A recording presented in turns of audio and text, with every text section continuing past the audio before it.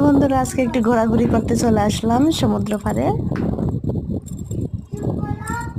তো সমুদ্র পাড়ে ঘুরতে কার না ভালো লাগে বলো? সমুদ্র পাড়ে ঘুরলে মনের সকল দুঃখ মিশে যায় সমুদ্রের বাতাসে।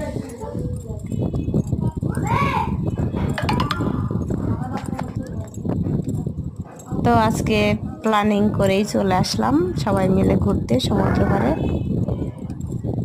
তো এখানে এসে দেখলাম বিশাল লোকজন, এখানে খুবই ভালো লাগছে, এত মানুষের মাঝে ঘুরে গেলাম।